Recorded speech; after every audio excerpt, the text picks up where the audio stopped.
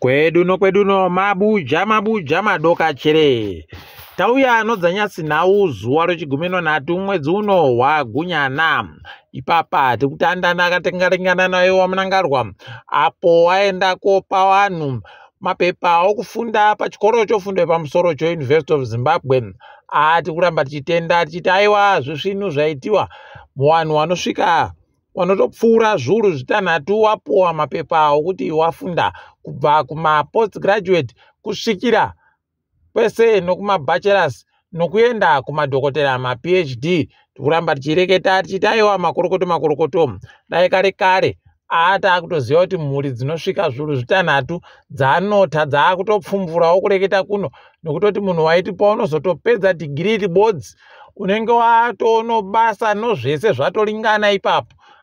Kuno zvemazuva ano mabuja pakanyangara. Wapedza ipapo wamunangarwa wabva waenda kuRoyal Golf Club kotamba mutambo wegorofu nowabiyawo wachisimudza homwe yawo yokuti wape vanhu mari yokuenda kofunda kuchikoro chokuzambia choUniversity of Zambia. Kwai mari yavari kusimudza ipapo wanobva waita kuti vanhu vari kuenda kofunda waboye mari dzomabhuku nezvimwe zvakadandando kuti wakone kufunda wakadekara pfungwa. Rekai tigoona kuti zvicharamba zvakadaro chere kana kuti zvinenge zvipera sei. Tiri kufaraitsa kunyepa mabuja kuti nyasi kwabudika kuti mbi yedu anoita kupwetetsa vanhu Lenimo Jonas aita kupwetetsa vaAmerica zvokuti wabva wati aiwa ngaende mberi kusvikira kokugumisira komutambo America's Got Talent AGT. Aiwati kuti makorokoto dai akatoakunda akabva aita kuti aite kuhwina nokutoti mari yaanohwina ipapo kana akakunda imiriyoni romadhora okuAmerica. Aiwati kuzvitenda izvo. Mbi yedu kauyu mbi yedu muZimbabwe. Rekai tione kuti zvichapera sei, asi tikuramba takaringa. Kwai zvinobudika zuwa rechi24 mwedzi uno kuti mbani anenge ahwina. Kwai hurumende iri kuringa ipapa kuti igouraya dzimwe nzou kuti ikone kugopwa vanhu chokudya. Kwai nzara yaringa gore rino yaita kufunya chisero zvokutoti vanhu vazhinji vanotsawo yonyama. Saka wakauraya nzou vanokona kuti waboye vanhu vazhinji vanopawo nyama kuti zviite zviri nani. Kwai hwendo huno pakanyangara. Ipapa hurumende iri kuteedzerawo ichitokopawo dhoiri rakarukiwa noNamibia. Namibia ndo yakatanda kuzvireketa kuti ida kutouraya mhuka zhinji kusanganisira nzou kuti ipe vanhu wayo nyama. Kuno kuNamibia kuna vanhu vashoma. Heno kuti zvichatekaidzwa sei zvokuZimbabwe kwedu uno tikundoimba kuti zvinoita bazvo makore ese zvokuti mashefu vanenge achibva atanga kutora pakuru wachisiyira vanhu mabhonzo ega. Rekai tigoramba takazviringa izvozvo kuti zvinopera sei. Bepanhau Namibian raagoreketa iro kutoti kunonga kwakabisiwa mari nomhuri yamunangarwa kubudikidza naanonzi Apia Muranganwa. Kwai Apia Musavengana kwai akagoenda kumusangano woswapo ngoro kusimudza homwe yawo kuti waite zvokutsvaka rutsigiro sarudzo dziri kuuya kupera kwegore mwedzi wombudzi. Kwai ipapa wakatosimudza mari inoita mamiriyoni okuNamibia 16 million Namibian dollars. Rekai tigoona ipapa kuti zvinopera sei. Kwai vamwe vanhu vakuru vakaisa mari yakawanditsa. Kambani yoRani Group pokare naShapka Kanyama. Heno kuti zvichatekaira sei. Rekai tigoramba takazviringa kuti chokwadi chere kana kuti manyepo.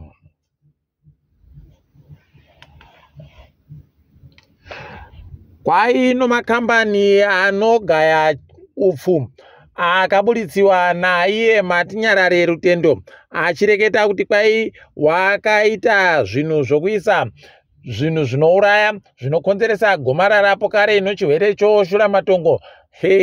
Kwai iwe gouya utiratidze kuti umboho zvauri kureketa wakazviwanepi. Rekai tione kuti achapaita sei. Makuno yano anga ari kunetsana pokare kano INSCO kusvikira aendesiwa kudare akajiwa pokare ino nyaya kudare kuno apa aiwa inobva yatomuremera nyaya yacho. Rekai tione kuti zviri kumbotekaira sei. Tinoramba takaringa hedu tichikunyepai kuti zvinenge zvienano papi.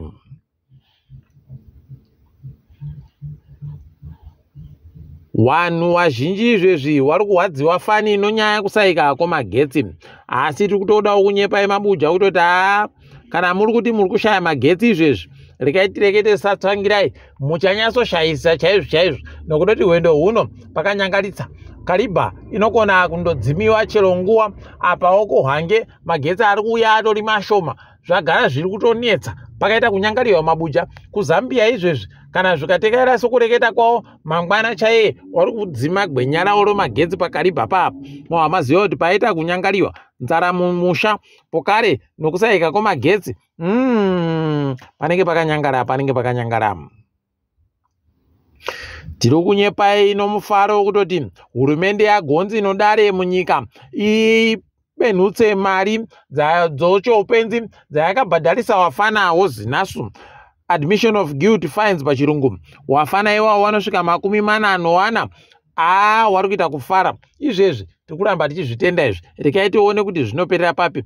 Izvozvi zviri kureketa nyaya yekuti dare rakaona kuti wanga waripe mhosva yekuti asungiwe paisafanira kusungiwa. Asi nyaya yekuti hurumende inge iri kundosunga vanhu kaa ichiti sadhaki iri kuuya vachisunga wese wari kufungidzira kuti angangoda kuita zvokudidi kuita kodzero dzache munhu. Kunorekai tione kuti zvichapera sei. Tenge takakumirira tichikunyepai. Wadura roZimbabwe roGMB ragoreketa iro kutoti izvezvi taakuda kuti titenge koroni iri urimiwa izvezvi tikubva taitenga yese tichibhadhara vanhu mari iyo kuAmerica chete tikubhadhara bamazigi. Wari kuitsvaka idi kwaipapa patichatenga wano koroni inenge iri bekunyatsa kunaka tichatenga nomadhora 450 $450 per ton. Rekai tiringe ipapo kwaiwa nenguva ine koroni yakanaka yakanakitsa kwainenge ita madhora 480 $470 pachirungu. Rekai tione kuti zvinenge zvipera sei. Tinenge tichikunyepai kuti zvii zvinenge zviitika. Chauribe kuzoreketa kuti vanenge vachibhadhara mari papera mwedzi mingani kana kuti papera nguva yakarepa sei. Ticharamba takaringa hedu tichikunyepai nokuti munoziva kutoti iwawo munogona kusvika gore rinouya nguva ino waribe kubhadharai mari dzenyu ndozviro vanonetsera ipapo. Kanzuro yeguta roBulawayo yazonyara kureketa kuno nokuti vanhu vanga vapopota vanhu wawawa kutoti hoko chirudzii chamuri kuda kuti itira imimi kuti munoti kusvika nguva dzomanhoko dzaunomwe paribe vanhu vari kupaka mahara. Kuno wazoti aiwa taakubenhutsa kudzokera kunguva dzoshanu dzokudoka kwozuva ndokukona kaku ndokuita tusvinu. Rekai tirambe takaringa kuti zvichaita sei. Makwai atangwa, makwai atareketiwa nowamwe, makwai aburitsiwa padandemutande nowamwe. Ari kureketa kuti kuwai kuno mumwe musoja agwapo kare. Hwendo huno wakubenhuka pokare panhandare papo. Rekai tigoona kuti zuva ramangwana rinodoka chere waribe kureketa zviri pamutemo. Tinenge tiri kunyepai kuti zvinenge zvitekaira sei.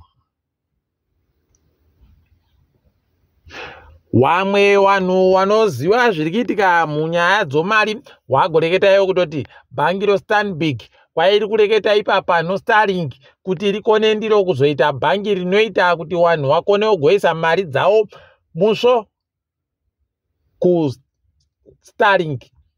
Kana zvikadando mabuja pane pachiri penyaya yekuenda kweiko keshika unenge wakundoenda kobhadhara kuStanbic mari yako wobva waisa kubhadhara musvo wacho uchindobhadhara musvo zvanaka wakutopuwa Starlink yako. Zvikadaro zvinoita zvisvinu. Rekai tirambe takazviringa wakomana kuti zvinenge zvitekera sei. Iyi ichanakidza vazhinji. Toringa dzomutambo ipapa kwai chibuku kota finally yaita Dynamos inenge iri kuhwapurirana noYada yaMagaya. Manika Diamonds inenge iripo yakaringana usu nousu noFC Platinum. Simba Bora wachiratidzana kuti mbani mukuru noHighlanders Boso. ngezi Platinum inenge iripo noafana waFarajere ZANU-PF Caps United wakaringana ipapo. Rekai tigoona kuti mbani achagwa ipapo. Tinenge tichikunyepai kuti zvikwata zvina zvinosara ndo zvipi. Kwaiwa chatamba Sondo nouyari. Zuva ramangwana kuri kutamba FC Platinum noManika Diamonds. Arenero yomaswiti ichitamba noafana onzimbewo Green Fuel. Rekai tiringe ipapo. Caps United yaFarajere ZANU-PF inenge iripo nowakomanawo Highlander Boso amahlona nyama. Rekai tigoona kuti mbani achajiwa. Ipapo ngezi Platinum no Dynamos zinenge dziripo dziri kukakaritsana pokare. Rekai tione kuti mbani anenge achiburika ipapo achidikitira. Tinenge tikunyepai kuti zvinenge zvitekera sei. Toringa dzirikiitika pasi rese.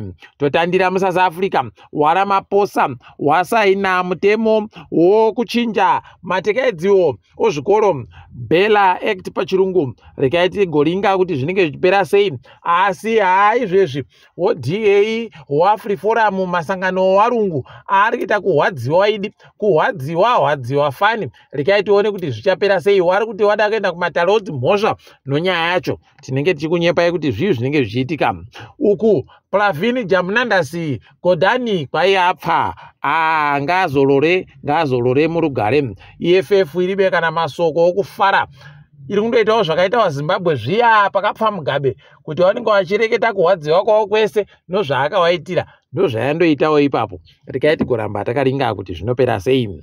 Uko bato roDA raita matandanyadzi rabisa munhu anonzi Rinaldo Gauss anga ari MP wawo kubva pachigaro. Atobwisiwa nomupati macho abva aburitsiwa unzi uyu aribe kuchinja maitiro nokuti akabatiwa kutanikiwa pachena kuti munhu rusadora ganda. Rekai tione kuti zvinopera sei.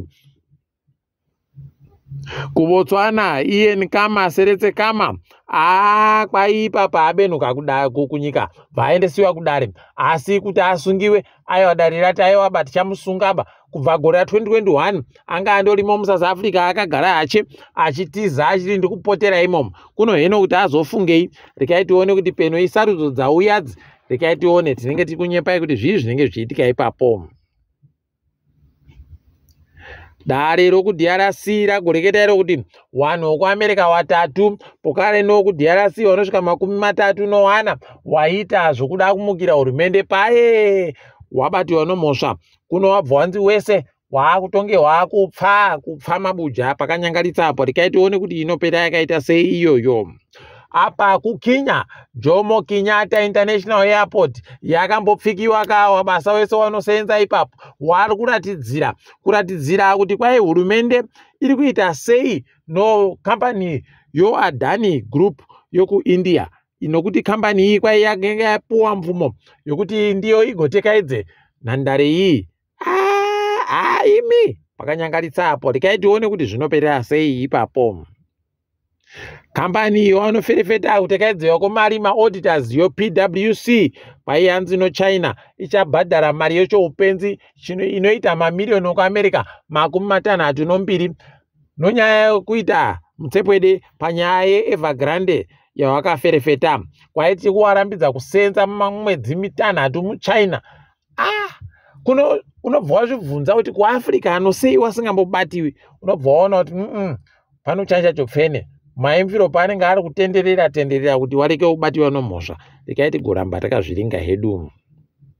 Nyika yeSweden kwai yadichiwa ipapa ichada vanhu vari kubva kuAfrica nokuti warambe wachisvika kunyikayo wachipotera nokutoti ipapa wari kuti takutofunga kuti mugore ra2026 totanda kupa vanhu wanoda hawo mazvuru 34 $34,000 pachirungu kuti wabenhuke kunyika dzawo. Tichawadaba mabuja ngatiendei kakopotera ikweyo 2026 topuwa toatabenhuka woya wotengawo ng'ombe dzako woita chibhorani woitawo sora wotandawo kurarama kaupenyu. Rekai tione kuti zvinokoneka chere izvozvo. Tinoramba takaringa.